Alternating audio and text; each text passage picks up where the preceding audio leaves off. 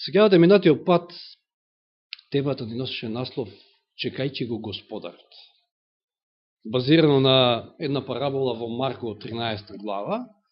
Овој пат темата ќе носи наслов "Чекајќи го Младоженецот".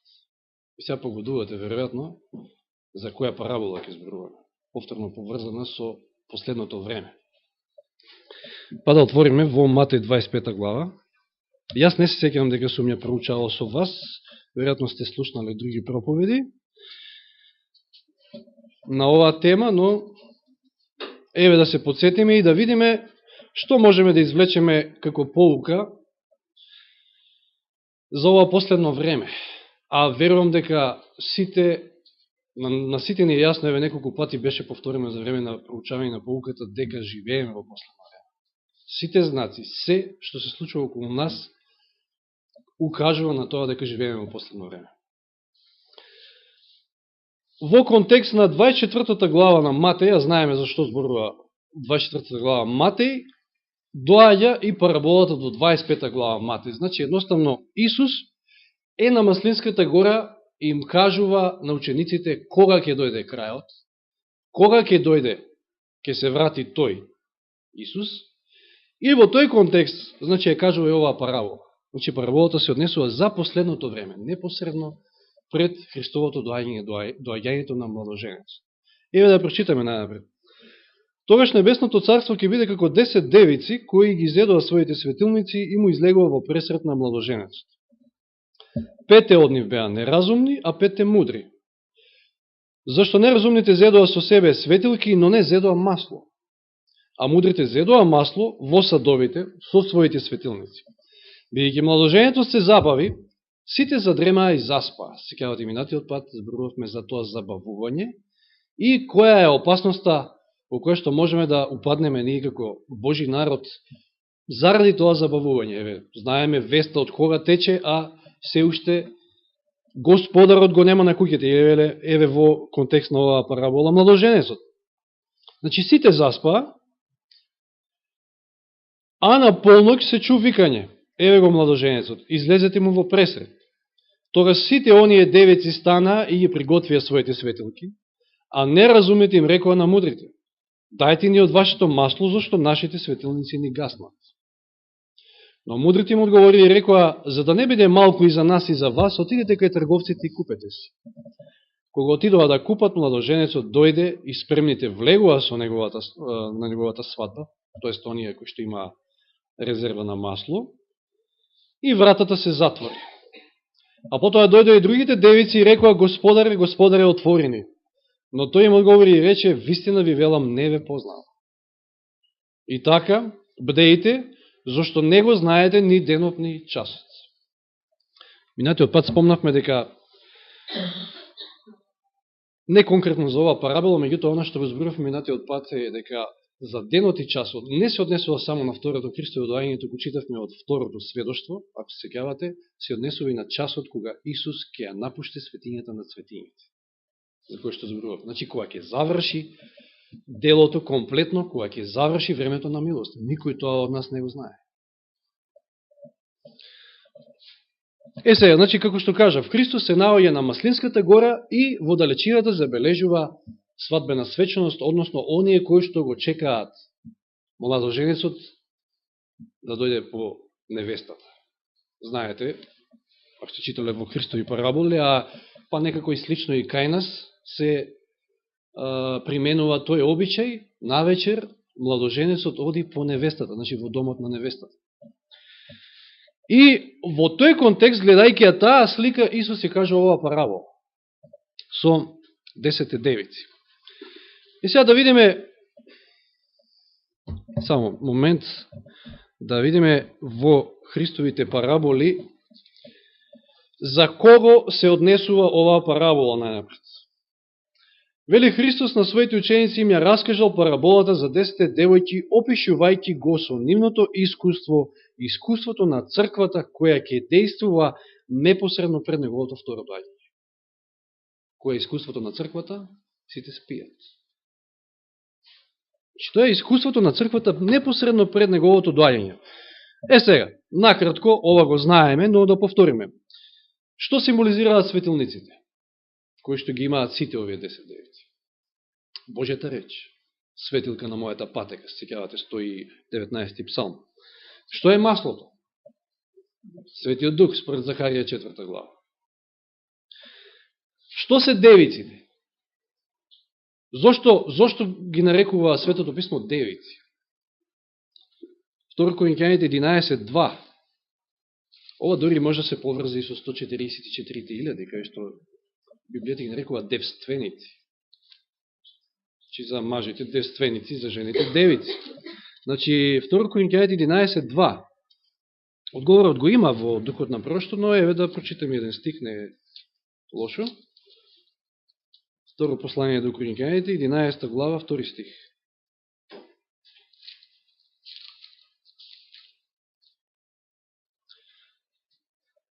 Ве пофалувам дека ме помни... 11.2. Второ Коринќаните. Јас сум го прво. Зошто ревнувам за вас со Божја ревност, бидејќи ве свршив со еден маж, за да ве приведам како чиста девица пред Христа. Духот на пророштвото вели јасно. Библијата ги нарекува девици затоа што исповедаат чиста вера. Затоа се наречени девици. А што представуваат овие две групи? Рековме 5 мудри и 5 неразумни или луди. Двете групи девојки представуваат два вида на луѓе што себе си се сметаат за чекатели на својот Господ. Или во превод, што себе си се сметаат за адвентисти. Библијата ги нарекува девици затоа што исповеда чиста вера, тоа веќе го кажа. Значи, тоа се две групи на чекатели. Параболата се однесува на последното време непосредно пред да се појави младоженецот. А кој е младоженецот? Веќе сите знаеме. Тоа е Исус. Сега, зошто и која е разликата? Која е суштинската разлика меѓу едните и другите? Зошто едните се мудри, а другите се неразумни? Забележавме од параболата, едните имале нешто, другите немале. Им недостасало. Заради забавувањето, не очекувале дека толку ќе се забави младоженецот, па не се обезбеделе доволно масло, немало резерва на масло и им сгаснале светилниците. Значи, која била разликата меѓу овие две групи? Светиот Дух. Да читаме повторно.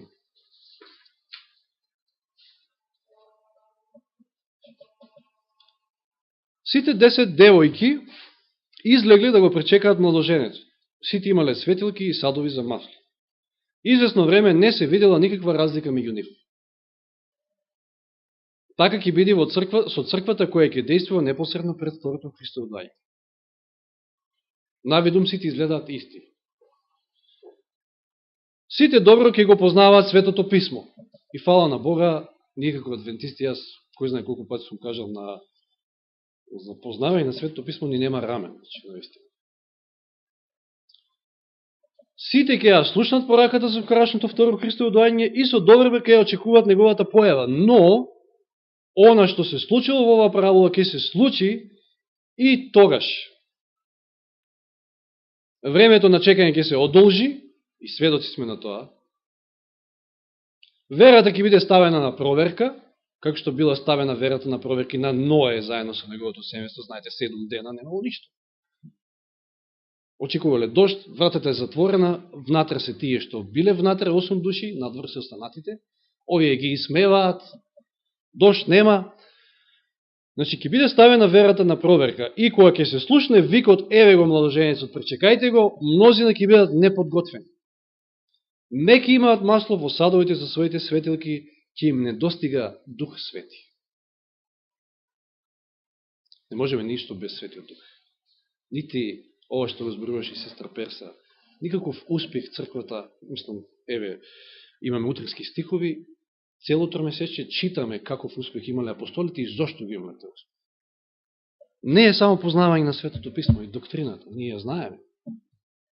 И немајки си друга работа, па забегуваме во тројство, па не знам ова, па немајки желба да одиме да сведочиме, па одиме во некои теории кои што не треба воопшто да се мешат. Како што кажа брат Јани, кој пак знае како е тоа три личности, а еден Бог? Кој е тој кој што може да продрва во тоа нешто? Немаме ние таков ум за да можеме да го разбереме тоа. Меѓутоа, ете, некои се мислат дека можат да го разберат. Без Божиот дух познавањето на неговата реч е бесполезно. Пазите, бесполезно. Теоријата на вистината, ако не е придружена со Свети Дух, не може да ја оживее душата, ниту да го посвети срцето. А нас не треба посветеност.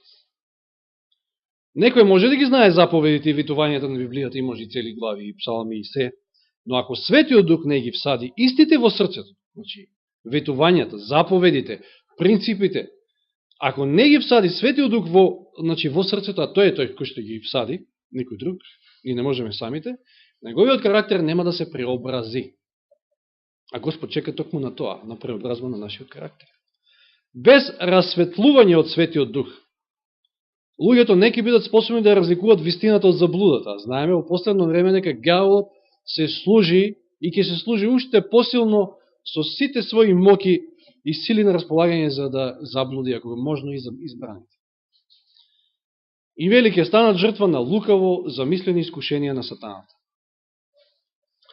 Понатаму вели текстот, групата представена со неразумните девојки не е лицемерна, че внимавајте, не стана збор за лицемери, иако црквата нели е полна и со такви, но овие не се лицемери, овие искрено веруваат, таа ја цени, вика, и ја брани вистината. Значи, тие се на браникот на вистината, ја бранат вистината. Таа е на страна на оние кои што веруваат во вистината, но не го прифаќа влијанието на Светиот Дух.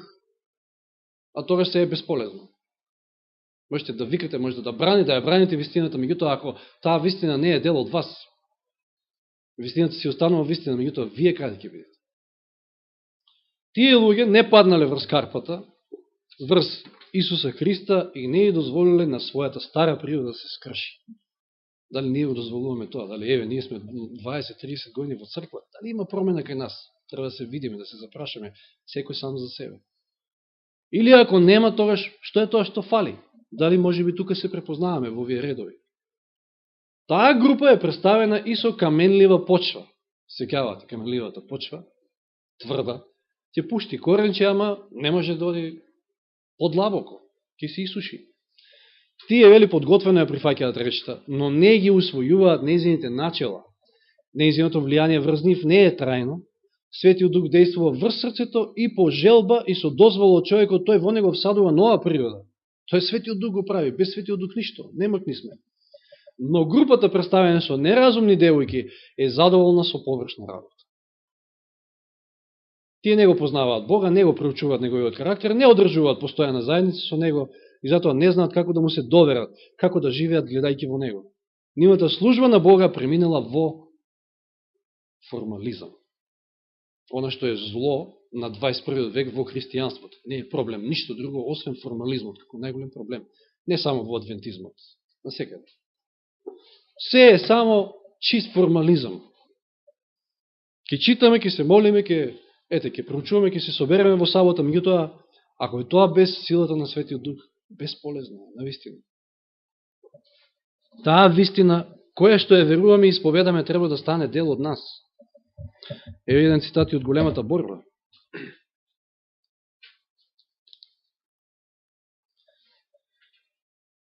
Оваа последна група ја прима Божјата милост, преродбенска и посветувачка сила на Светиот Дух, што неговата реч ја прави видело на нозете и светлина што го осветлува патот. Внимавајте, овде Елен Вајд вели дека токму Светиот Дух е оној кој што ја прави Божјата реч светлина на патот и видело. Значи, вие може да ја знаете Библијата, ама ако немате Светиот Дух, таа не ви е видело на патот.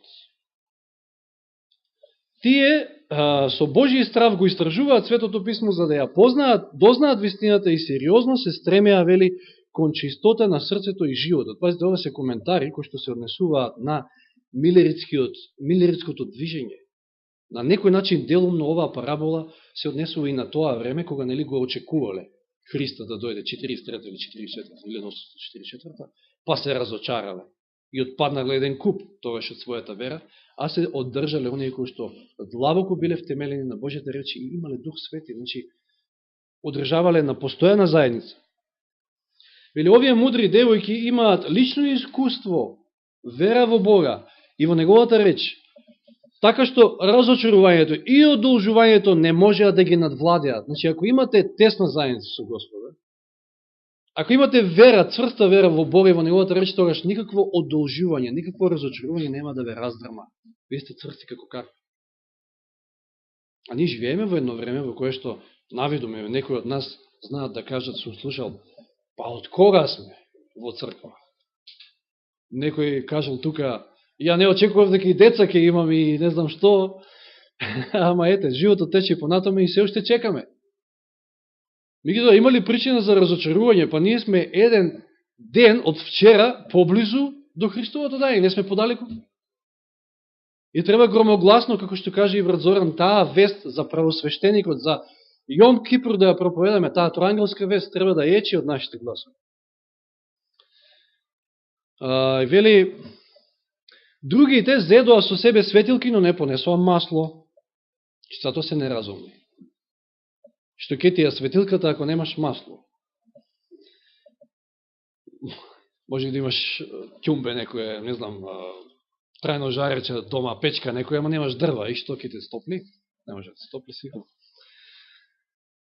Нив ги водеа нивните чувства, вели. Свечената вест кај нив разбуди страв, но тие се подпираа врз верата на своите браќа. Можете ли да се подпрете врз верата на некој друг? Затоа, кога дојде кризата, ги затече неспремни, па отидоа, па дајте ни малку од вашето масло. Не иде тоа така. Во криза човек не може да изгради карактер. Само кризата само го покажува неговиот вистински карактер. И вели, тие се без темелно сваќање на вистината и без вистински род на милоста во своите срца. Тие излегоа во пресрет на Господа, полни со надеж во скорашната награда, но не беа приготвени за одолжувањето и за разочарувањето. Кога наидоа искушенија, нивната вера ослабе и нивните светилки почнаа да се гаснат. Видите колку е битен Светиот Дух, колку е битна таа една тесна заедница со Господа. Во Езекијел, во 33-то поглавје ќе отвориме за момент, книга на пророк Езекијел, 33-то поглавје се запишени едни стихови, кои што може би порано сум ги спомнал, меѓутоа Елен Вајд вели дека ова е сликата на црквата во последното време. Еве каква слика читаме и гледаме овде за црквата. Значи, книга на пророк Езекијел, 33 глава, 31 и 32 стих. И брзаат кон тебе како на народен собир. Значи, пазите, овие не се лицемери, овие вистински сакаат да црпат од Библијата, од вистината, значи брзаат во црква, еве да речеме, во сабота. И мојот народ седнува пред тебе и ги слуша твоите зборови, ама има еден многу голем проблем. Ги слуша, но не ги извршува. Се насладува со нив во устата, а нивото срце им оди по неправена печалба. И ете, ти си за нив како сладка песна отпеана со пријатен глас. Значи, мило име да ја слушаат Божјата реч. Но, ти ги слушаат зборовите, но не ги извршуваат. Ова е страшно ако е вака нашето искуство. Ако ние 20, 30, 40 години седиме овде и да, мила ни е Божјата реч и дома може ќе прочитаме, ама ништо не се менува кај нас, се е така исто. Немаме Свети Дух, немаме масло. Ако ние денеска го немаме, немојте да очекувате дека тогаш кога ќе дојде кризата, кога ќе се слушна дека младоженецот иде, од некаде ќе го најде. Не.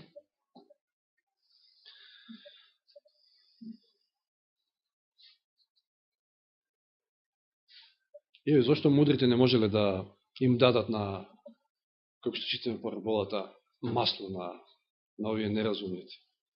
Зато што карактерот не може да се пренесе од еден на друг. Никој не може да верува на место друг. Како се викаше дека Господ има синови и керки, а не внуци и внуки. Значи, никој не може да верува на место друг, никој не може да прими Свети Дух на место друг. Никој не може да му го накалими на другиот карактерот, што е плод на действувањето на Светиот Дух. Секој за себе. Или еве, кога сме кај Езекијел, сега да отвориме во 14 глава, овде имаме исто љубови стихови, кај што се спомнува Ное, Лот, не, Данијел, Ное и Јов. Како Езекијел 14 глава. Како примери на верни луѓе. И Данијел, и Ное, и Јов. 14 глава, 19 и 20 стих.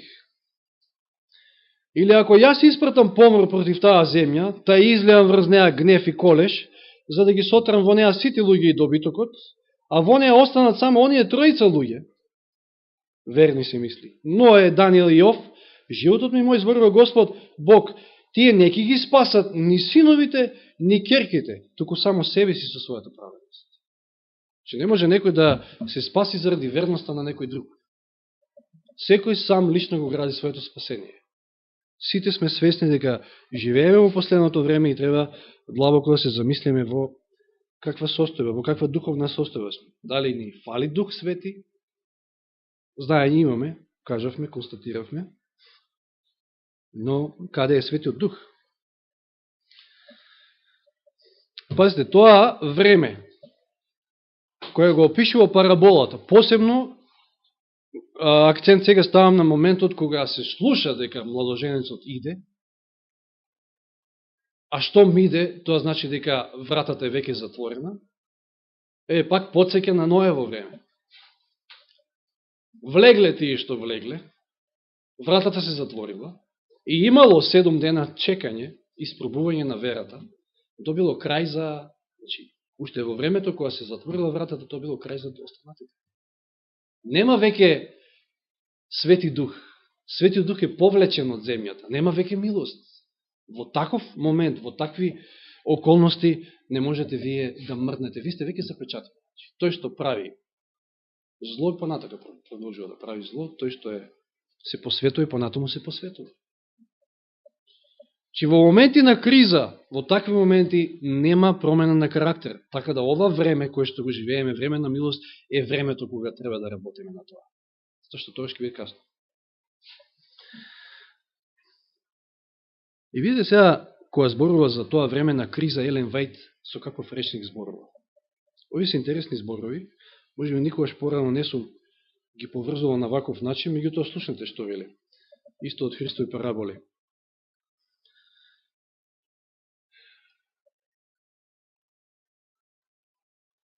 Голема конечна проверка ќе настапи дури при крајот од времето на милоста за човечкиот род и тогаш на вистина не ќе има веќе можност да се задоволат незадоволените потреби на човечката душа на крајот од времето на милост. Карактерот на секој човек се открива дури кога ќе настапи криза, кога е убаво, сите сме верни. И тоа кога ќе дојде кризата, тогаш ќе се види. Кога се огласи освечениот полноќен вик, еве го младоженецот, пречекајте го, девојките се тргнале од својот дремеш и тога се видело кој се приготвил за овој настан.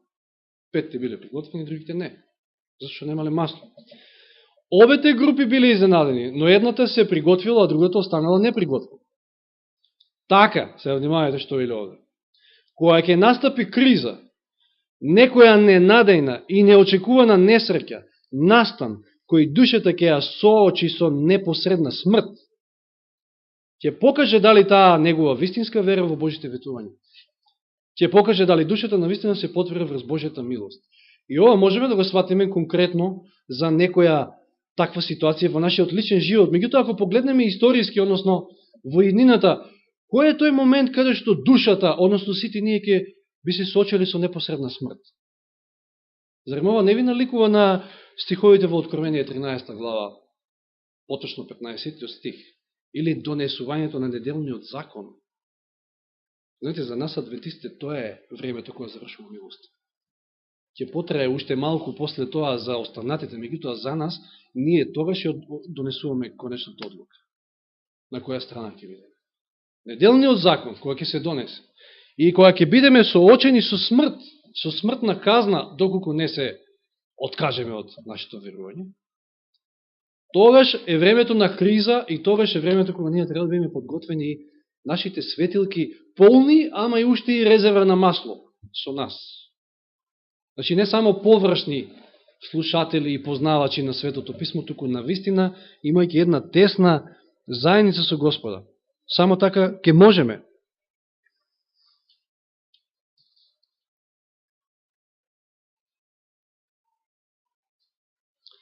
И наистина тажно е, некој рече, уште кога го читав оној дел, кога петте неразумни се враќаат и чукаат на вратата, бараат да бидат примени, се слуша одговор: не ве познавам. Слично нешто како во Матеј 7 глава се кажа. Во Твое име бесови изгонувавме, во Твое име проповедавме, лечевме, што се не правевме, евангелизации држевме, проповеди секоја сабота. Но тој вели: јас не ве познавам. Без таа тесна заедница Исус не може да не познае. И навистина е жално, вели, најтажните зборови, што кога и да се допреле до увото на смртниот човек, ќе бидат зборовите: не ве познавам.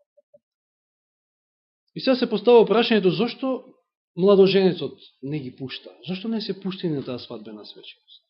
Овие 5. Еве го одговорам. Единствено, заедницата со Духот, што сте го отфрлиле, сега се однесува на таа група, што го отфрлиле, можело да ве соедини со радосното мноштво на свадбената вечер. Че вие не би биле радосни на таа свадбена свеченост без подготовката на Светиот Дух. Од Светиот Дух. Не, едноставно, ќе влезете, знаете, како што други цитати велат за, не е цитат, ова е мисла сум ја слушнал, за грешникот рајот, односно небото, би бил вистински пекол. Зошто? Нема одговара, нема никакав фани, нити, мислам, ајде сега да не зборуваме, нели, нема журки, нема, ништо нема, мислам, тоа, она што тој го сака. И едноставно ќе влезе и ќе избега таму. Така, кога би било можно така нешто. Вели, вие не можете да учествувате во тој настан, не можете едноставно. Неговиот сјај, Божиот сјај, сјајот на Духот Свети, би паднал врз слепи очи, вели. А неговата мелодија врз глуви уши. Неговата љубов и неговата радост никогаш не би можеле да ја допрат струната на милноста во срцето која светот го направил нечувствително. И сега присетите се на минатата проповед. Тоа одолжување и тоа чекање може да не опушти и можеме да се насочиме на други работи. Наместо да гледаме на небото, затоа што од таму ни доаѓа спасот, и немаме, ние како Божи народ кој што живееме последното време, нема што многу да гледаме на земски работи. Тоа еден ден ќе го снема. Таму треба да бидат упатени нашите погледи. Меѓутоа ѓаволот, посебно во ова последно време, кој што кажавме, толку многу ги изголемува напорите, се со цел да не заведе. По било какви глупости ќе ги кажам. Видите светот со што се бави. Која е новата тетоважа на, не знам, речи ја, Ријана, Мијана, не знам како ги викаат тие, не знам. То се глупости кои што исто така ѓавол ги користи за да ви го одвлече вниманието од вистинските теми. Па не знам, тој па се оставил со таа, па позната фаца, нели зборувам, холивудска или. То се глупости. Или неговата љубов и неговата радост никогаш не би можеле да ја допрат струната на милноста во срцето кое светот го направил нечувствително. Много е тешко кога човек ќе падне во една таква ситуација кога е нечувствителен. Џабе, вие можете што сакате да му зборувате и да му сведочите, не, тоа не допира до него. Тоа е глув, како што вели овде, тоа е слеп. Вие самите себе си сте се исклучиле од небото со својата неподготвеност за заедница со небесните жители. Значи, не е тоа дека младоженецот не сака да ве прими. Далеко од тоа. Туку вие самите себе сте се исклучиле. Нема таму место за вас, затоа што вие самите нема да се чувствувате лагодно.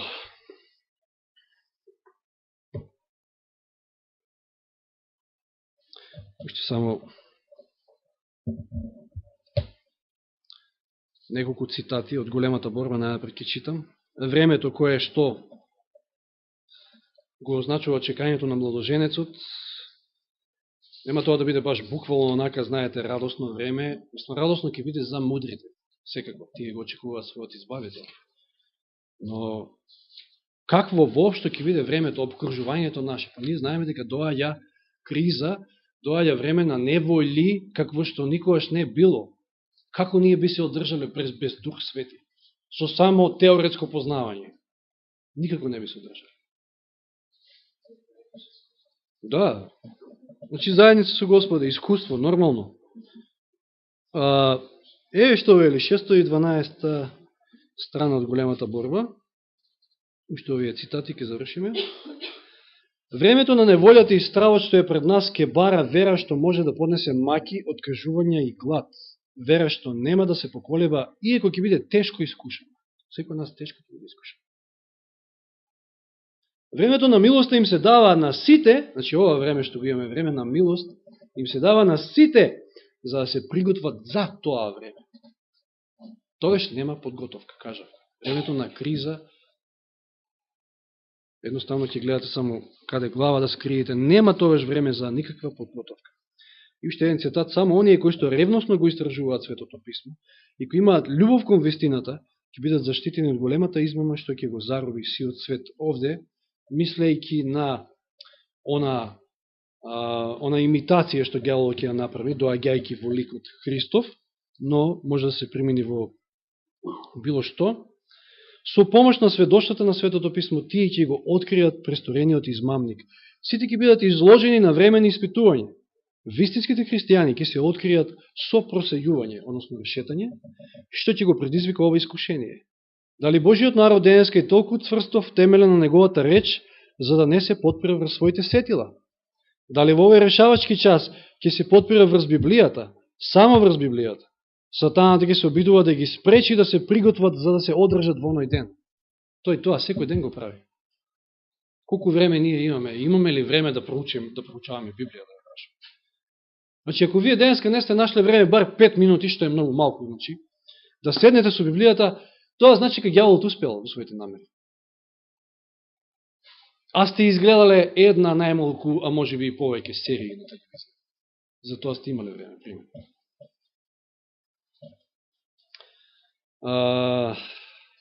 Значи, сатаната ќе се обидува да ги спречи да се приготват за да се одржат во оној ден. Тој ќе преземе се на Божите деца да им го затвори патот, да ги зароби со земните богатства, да ги натовари со тежок и мачен товар, со цел срцето да го преоптоварат, со световни грижи и денот искушението да ги затече како крадец. Тоа му е целта. Тој знае дека оди во пропаст, меѓутоа сака да одведе уште мнозина. Она што ние треба да го правиме, она за што ние сме повикани, е да го осветлуваме со нашите запалени светилки, со доволно резерва на масло, патот за доаѓањето на младоженецот. Па тоа сме ние, тоа проповедаме, Христос доаѓа. Ако ние не сме спремни, како би ги подготвиле другите? Еве што вели уште овој цитат.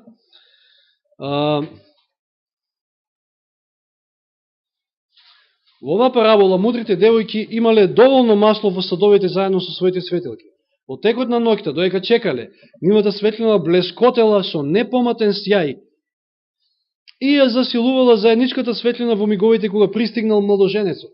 Сеќавате на полног се слушнал викот, кога е најтемно, меѓутоа нивните светилки светлеле. Светејќи во темнината, таа придонесувала да се осветли патот, значи светлината нивна, да се осветли патот кон домот на младоженецот, кон куќата во која се одржувала свадбената свеченост. Ние така треба да светлиме. А како би светлеле без маслото, без Светиот Дух? На кој начин во Откровение 18 глава ќе биде осветлен целиот свет од Божјата слава? Еве на кој? Така и Христовите следбеници со својата светлина треба да ја растеруваат темнината на овој свет. Со силата на Светиот Дух, Божјата реч станува светлина која како преродбенска сила действува во животот на обратеникот. Всадувајќи ги во нивните срца начелата на Божјата реч, Светиот Дух кај луѓето развива божествени особини. Го развива карактерот. Во животот на